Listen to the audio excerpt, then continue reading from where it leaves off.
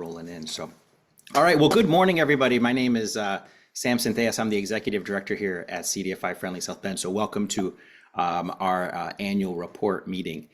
So as I said, I'm Sam. There's my email address. This is exciting, kind of a unique way to try to do our annual meeting is, I got some more folks joining here. There we go. Welcome as people keep rolling in here.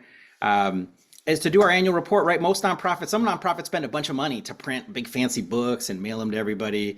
We're a small, lean nonprofit organization. And last year we sent out our annual report as a PDF and emailed it to people, and it was available on our website. It'll be the same this year. We're going to put it on our website, but we thought this was a great way to also talk about our annual report, but to give some color to it and to talk a little bit about the background, some of the different details that aren't necessarily always going to make it into the print version or AKA PDF version of our annual report. So we really appreciate the folks that have joined us for our first version of doing that here. So first off, a little bit of the history of CDFI before I even get into the why is, right, CDFI was created by a group of community advocates who came together to say, right, we need a change in the way that finance was happening in our community. Worked with some national partners that helped bring the idea of CDFI friendly to our area. And so maybe even back up more as CDFIs are community development financial institutions. I kind of boil it down to one of the easy ways to describe to people is that they're like nonprofit loan funds. So they do finance in some unique ways, in ways that help provide flexible capital in the community. We'll talk a lot more about details on that. But why do we exist at kind of our core? And for me, it's, we believe that you can't have a vibrant community unless everyone has access to economic opportunity and equal access to economic opportunity. And so it's an important thing that we focus on when we think about, our work and what we're trying to do is to try to correct past and current discriminatory practices and predatory practices that have preyed on our communities for years. And we're trying to create fair economic opportunity for everyone in our community. And how do we do that? Our core way is through connecting people to CDFI Capital is our main focus. And so, we connect with local borrowers and really work to try to understand their needs. So that way, then we can match them to lenders that could help. And so that's the core part of who we are and what we do. And I'll describe a little bit of the steps of how we do that and how we'll talk about that here in our annual report. So what do we actually do? That's what people always ask me, saying, what do you actually do? And so this is kind of the list of things that we do, right? One of those is we're a community advocate. So we're out talking about financial injustice issues and how we're working to create change, to educate people about that. We're part of the small business support system here in the community. So we're here to support small business owners. A core part, kind of in the middle of our list here, is working on CDFI lending. We're trying to bring CDFI capital to this area. We'll talk a little bit more details about how we've done that. The other one is we're a partner in a financial ecosystem. So we're part of a cog of a larger system, and we're working to try to make sure that that's equitable and fair for everyone in our community. Part of that is creating innovative new programs. And so part of it has been us finding gaps, finding resource issues in the community and finding ways that we can help fill those, working within our partnerships to get that done. And a top area we've been really successful in that this last year has been through affordable housing, and really enjoyed the impact work that we've been able to do in that space. But first, many of you might recognize the faces here, Rhonda and Tiara, two of the business owners we worked with last year. We'll tell a little bit more about how their story finished towards the end of today's program. But this is part of our work. We're out in the community meeting small business owners, entrepreneurs, community members who are looking for opportunity, who have an idea, who have something that they want to bring to reality in our community and might not have other options to do that. And we help get them to those options. So stay tuned. This will be at the end of our video. We'll talk a little bit about how their story ended up. So how do we do all of that work? One of the core pieces is the small business support. So part of our founding was around the notion that small businesses, really struggled in our region to have access to capital. And by that, we mean small business lending to help them either start or grow by purchasing equipment or property or something to help them take that next step as a small business. And so, we've done a lot of innovative programs. This was Access to Capital workshop we did with one of our CDFI partners, where we're helping small businesses and in partnership with local service providers. So we're not necessarily involved in, helping with a business plan or financial projections. We're helping on the lending side. So once an organization has, I like to say it's nuts and bolts together, we help them put that together into taking that next step as a small business. Last year, we worked with 85 local small businesses, and that's just not how many we interacted with. That's how many businesses we would consider a client that we worked with. I'm probably most proud of the numbers here in terms of how many Latino and Black-owned businesses we worked with. For us, social justice and doing this important work isn't just something we talk about in Black History Month or Hispanic Heritage Month or on a special time of the year. This is work that we do all year round and is a focus of our work. Related to that, 50% of the businesses we worked with are women-owned businesses. So we're definitely involved in the community and connecting with people and making sure that we're providing, like I said in that opening slide, right? We're providing equal opportunity to everyone in our community to thrive. The other one that's not in our annual report that I'll probably end up editing, because I realized we didn't have the number in there, we got 24 of those 85 businesses to lending last year. And so that's a quarter of the businesses we worked with. And you can research statistics on small business lending. It's not that high of a percentage that is getting to lending every single year. And so we're doing tremendous work in helping businesses really get to the outcome that they seek. So CDFI lending, a core part of what we do. I call this is kind of like the centerfold page of our organization, and one of my kind of favorite fun numbers that we get to share in terms of our growth, right? Through meeting with small businesses, connecting them to CDFIs. I do want to list I think most of my CDFIs are here. I saw you guys rolling in during our call, during the beginning of the meeting here. But I want to shout out the CDFIs that have done lending with us since our start here: Allies for Community Business, IFF, Intend Indiana, Scenair, Bankable, Sci-Fi, and LISC Indy have all been great partners of ours. We're continuing to seek additional CDFI partners in our area as well, but all of you have been great partners in creating the change that I'm about to describe. So here, if you look at the very bottom of the slide here, it says the 15-year average was around $200,000 a year of CDFI investment that was coming to our area. That's $3.6 million over the previous 15 years before we were started. In our first full year of operation, which is really 2022, right, emerging from pandemic, we did $1.2 million of CDFI lending, about 5 times that national average, or the annual average that we had previous to our founding. Last year, we did $2.6 million of CDFI lending in our area, which is 10 times our previous average before we started. And then our lofty goal for this year, as I mentioned earlier, our area had 3.6 million of CDFI investment in the previous 15 years. We're hoping to do all of that just in 2024 and meet that 15-year number just in 1 year. And very excited. I'm pretty sure I think we're going to be able to get that stretch goal this year.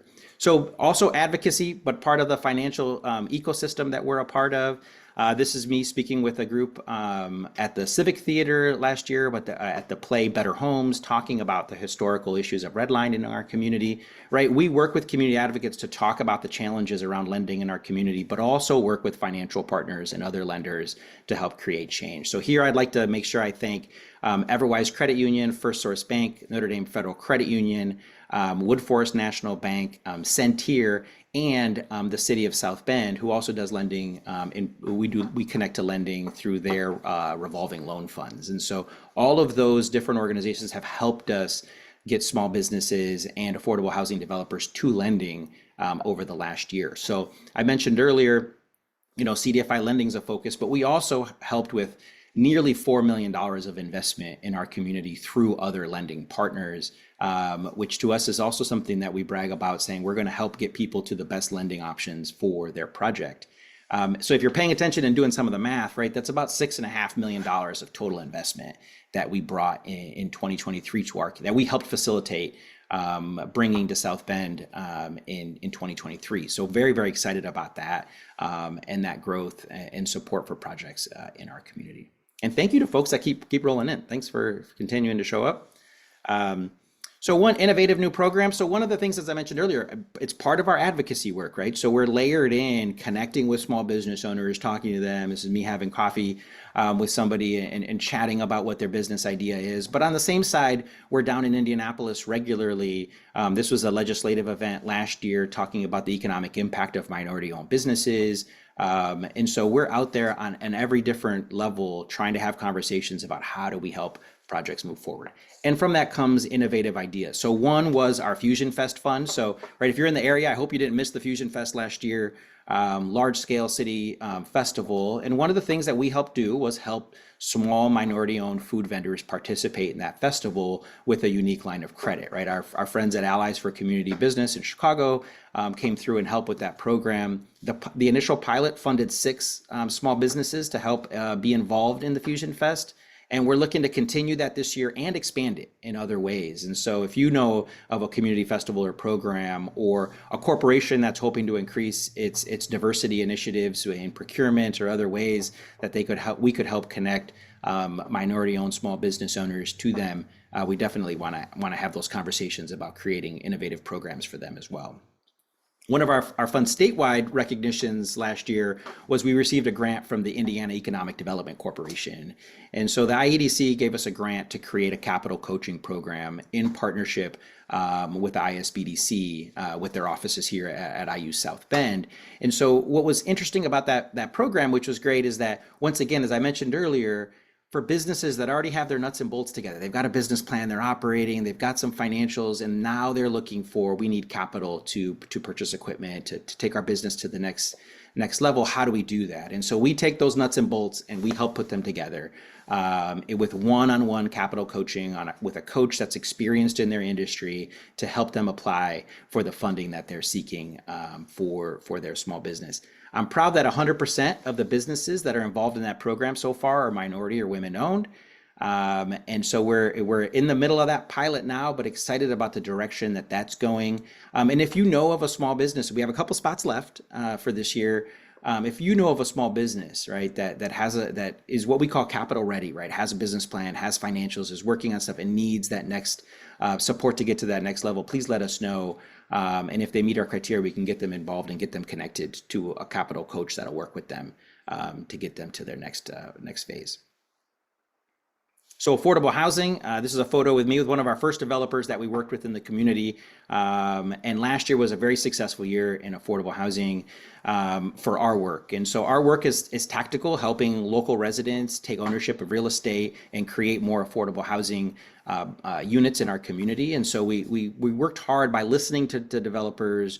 What are the things that they need? What are their challenges in either accessing capital, technical assistance, and helping bridge those needs for them so that they can continue to be successful? And we're just getting to the beginning of the iceberg here in terms of our work. But last year we worked with 13 different units that we were able to support. 11 of those were funded through CDFIs. And so we've been a really proud partner there in Tend, Indiana, and especially Sanair, who's actually in town today doing some work.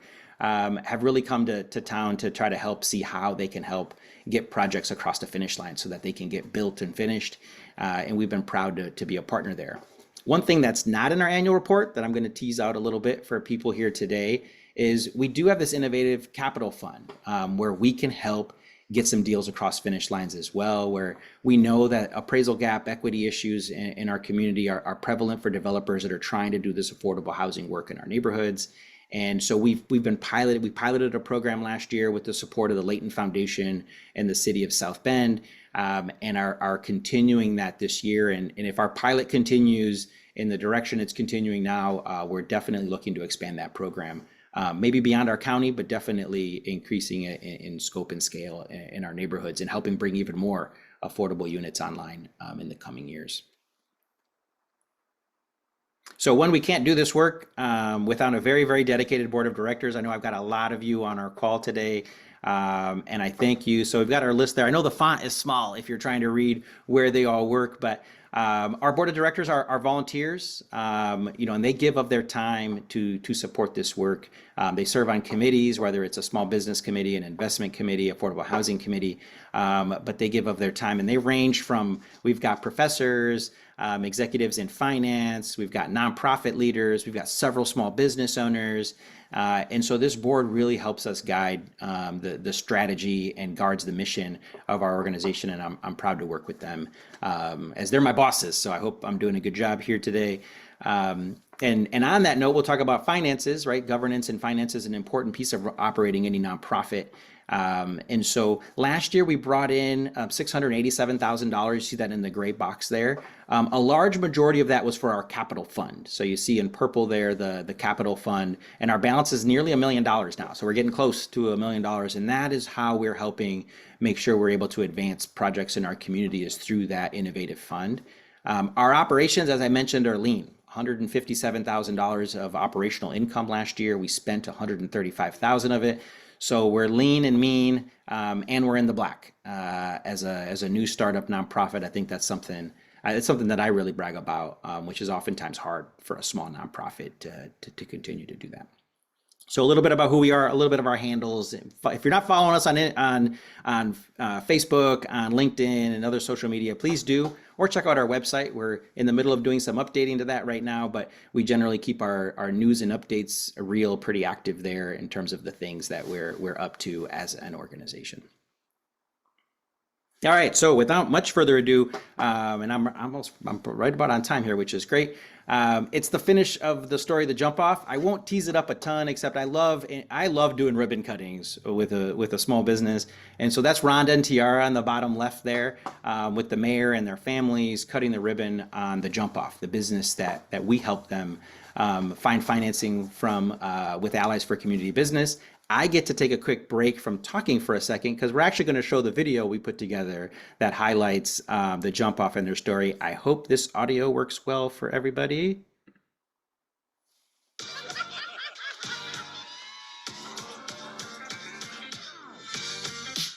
The jump off is a pedal trolley where it goes on 2-hour tours, mostly for the downtown South Bend area.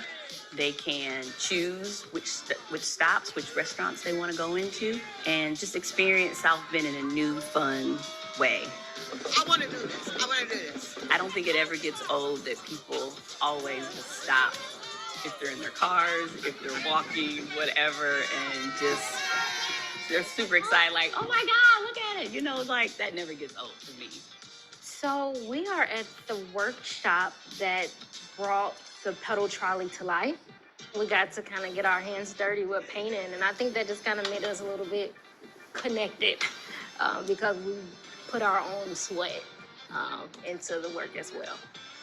Rhonda came up with this great idea of implementing a brick-by-brick pattern. I felt like that just spoke so much volumes to our journey. Like, we have built this thing brick by brick, and now it's literally time to jump this thing off. Sitting on the couch, watching a reality show. There was a pedal trolley in one of the big cities on that show. I looked at my husband, Will, and I said, that's it. This is something that we could bring to our city. And I called Tiara up. It looks like a ball of fun. And so when she mentioned, like, this is great. And that's how it started. Yes. And then once we actually found the trolley, then it was a matter of, how do we pay for it? Yeah. We had many meetings with local banks, and we had some hard no's. My husband and I had purchased a home, so that was one of the collateral pieces that they wanted, and we were not willing to bet the house. Then it was back to the drawing board on how can we get the finances.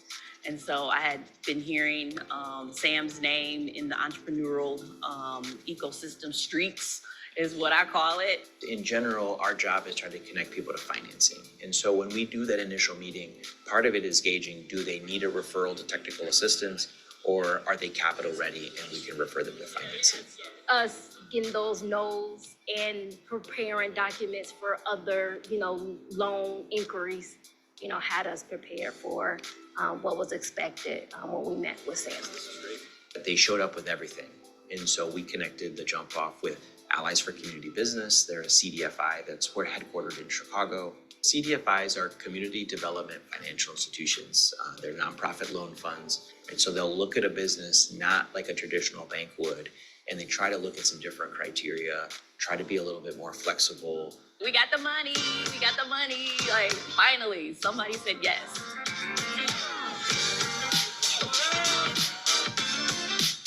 I say it all the time. The dream is free, but the hustle is not.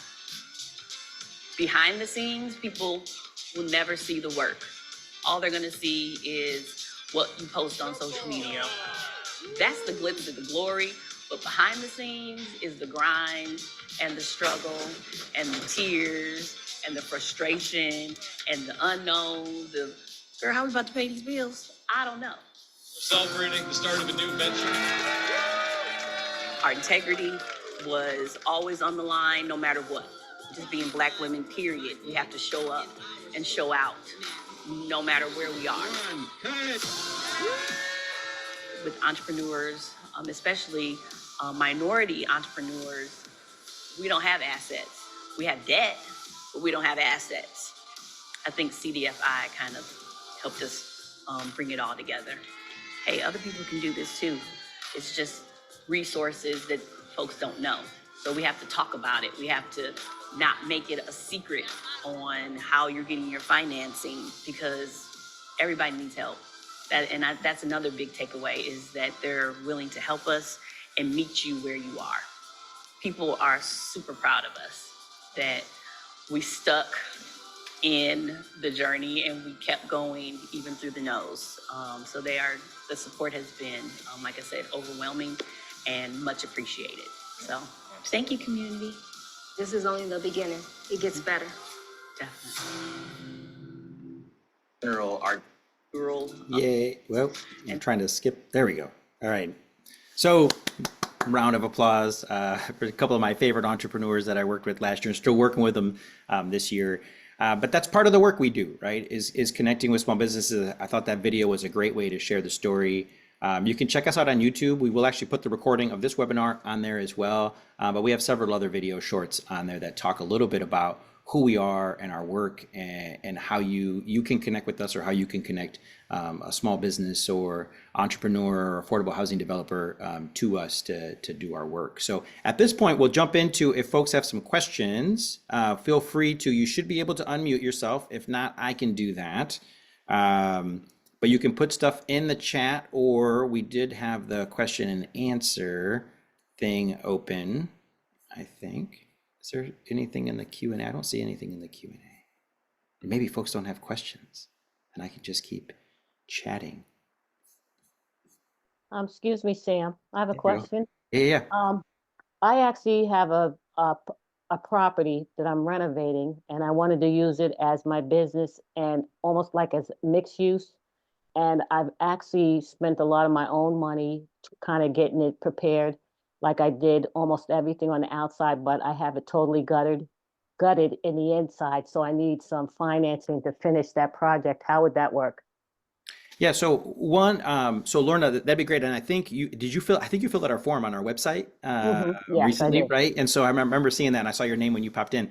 And so, yeah, definitely for one-on-one business support, definitely would want to take that offline, and I'll buzz you an email. But in general, to chat, one of the first things that we do with any small business or entrepreneur or somebody working on a project is to seek talk about their budget a little bit, right? What are you looking at? What have you spent? What are you looking to spend? In real estate terms, do you have a pro forma put together of some sort? And so that we can gauge, what is it that you need? And so I try to do that prior to doing an initial meeting, for me to know, okay, somebody's looking for 25,000 or 250,000 or 2.5 million.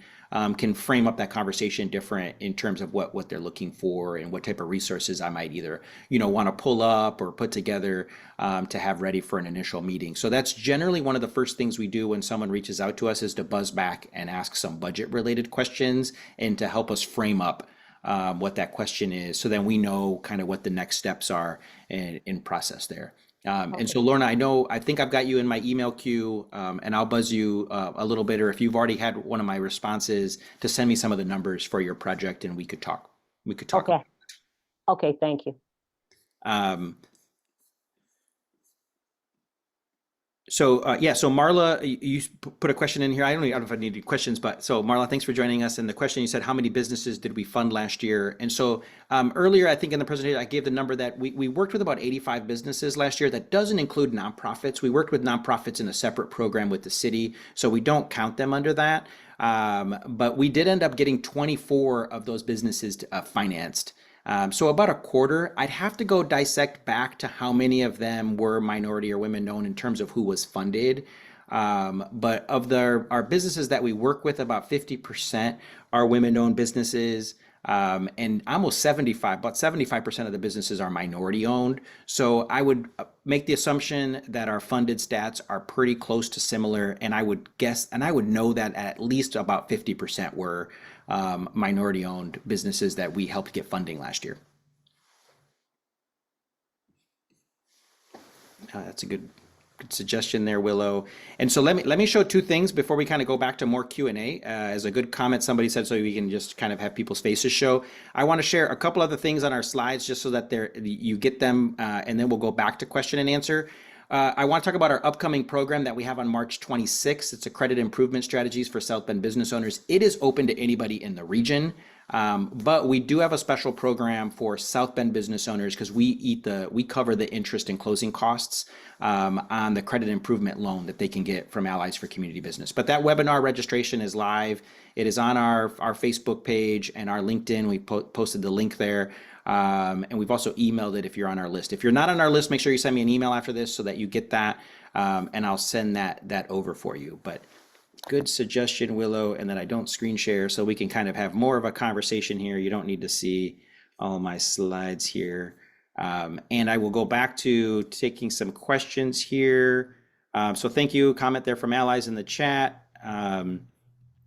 Oh, so Anne, good question. I probably should have covered that in the presentation a little bit more. So in terms of programs that we're planning for this year, right, we're hoping to continue and expand programs like our Fusion Fest Fund. So, doing small lines of credit for food-based vendors, for sure at local festivals, but also looking to expand that.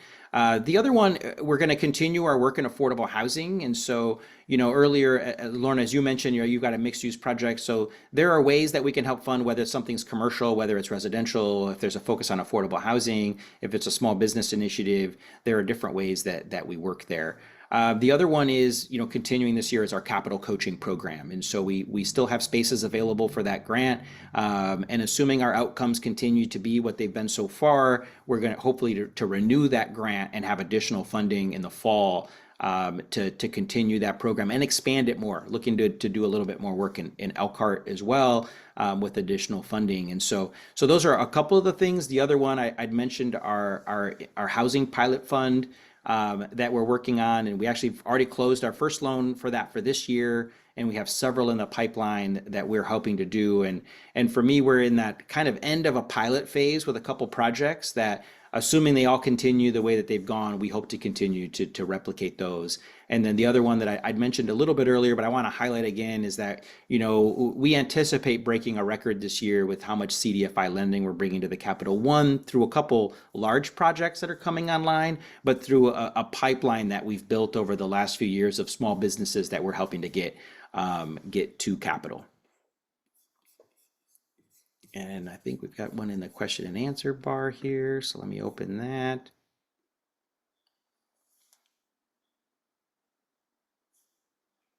So a good question in the question and answer. I'll read it for folks that maybe aren't looking at that window, but said our organization engages and supports businesses that are ready for financing. Do you have resources or resource partners who support startups and businesses that are pivoting?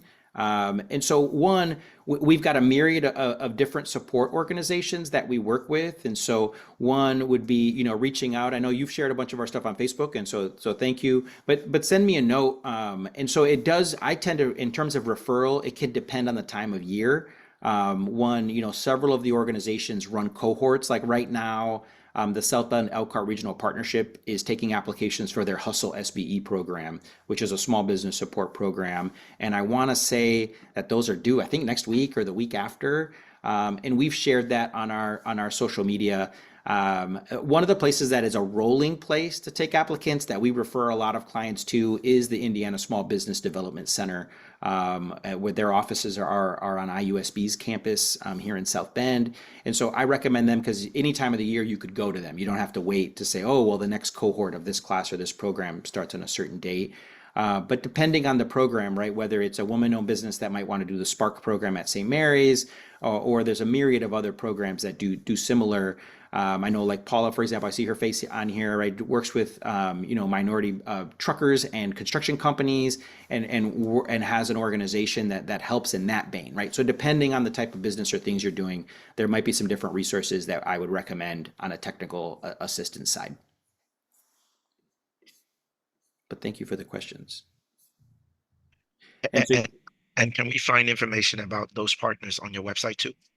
So we don't have, that's probably that'll be a section of our website that we'll build out in terms of who the resource partners are. What I would actually recommend there, and I probably should get this on our news section, and I'll put this, while we're listening to this recording later, I'll make myself the note.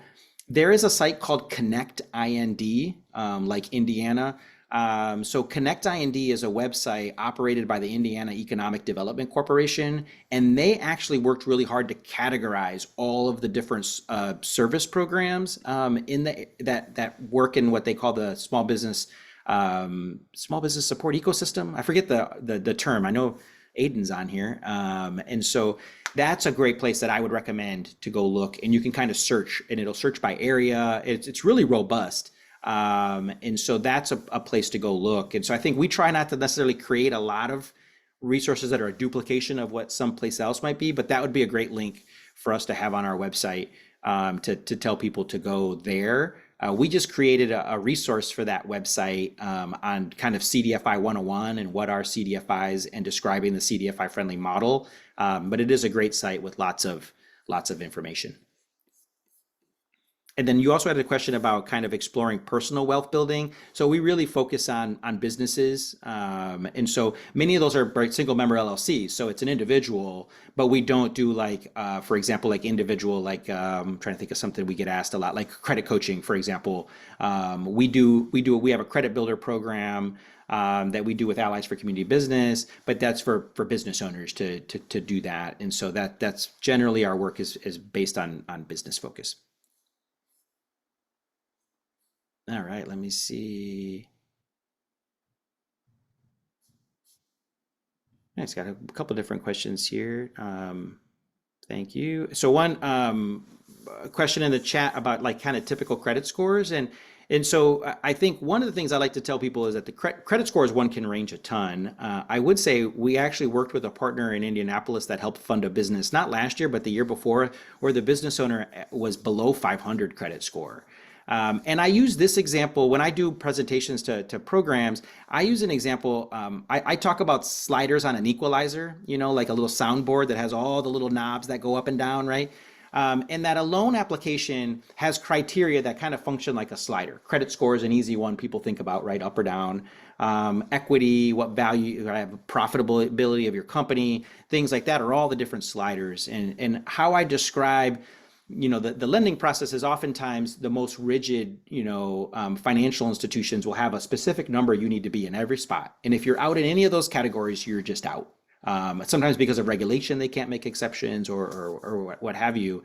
And so what we've seen and what we try to work with CDFIs and or where we can sometimes be involved is if, maybe a credit score is lower than ideal, but profitability is really high, or there's some other factors that help, right, mitigate that risk. We're able to still help do work with that company.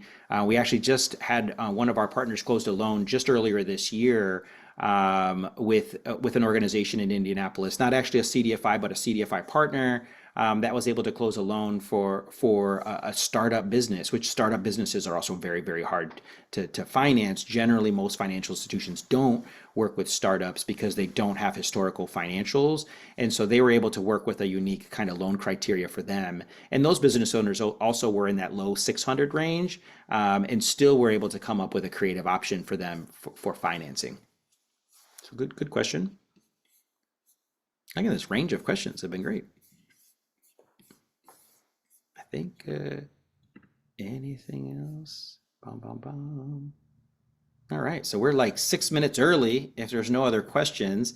I'll hang out for a little bit. I'll stop the recording here if people want to hang out and just chat or ask me other questions or follow-ups. I'll actually stop because I'll put, yeah, so Paula put the resource for NIMBA, which is the organization I mentioned. Oh, you've got an attorney speaking this week. So, right, it's the same thing, helping small business owners get resources they need, whether it's connecting with an attorney, making sure they understand tax issues and accounting, helping, connect with a bookkeeper that can help their business grow. All those things are really, really important. And work that we don't do, right? We don't provide that technical assistance, but we help connect people to getting the technical assistance that they need. So one, I want to thank everybody for joining us. The other one, that's why I didn't want to get rid of my slides yet. I had a list of people to thank really quickly before everybody leaves. One, I know Caitlin was on here. Caitlin from one of our Notre Dame students that helped with our annual report. So thank you very much. I'm glad you're here, even though it's spring break. Scott from MindLab Communications is who does our video work for us. And so if you enjoyed the jump off video, we've had several other similars that are on our YouTube channel. And this will be there shortly. So thanks, Scott, for doing that. I really have to give a special thanks to the City of South Bend and the staff and Department of Community Investment for their support of our work, both financially and through technical support, and the Leighton Foundation for believing in our capital fund and helping us grow that so that we can help make an impact in our community. Lastly, I'd like to thank our board again for the help today. Everything from just promoting our webinars to different programs we have, to working with some of our small business owners to help get them across the finish line, as well on some of their projects. So I'd like to thank everybody for being here. I am stopping the video here. Was that still screen sharing or no? And happy to continue chatting. Anybody has other questions? Hellos? I know it looks like most people have already ducked out, so.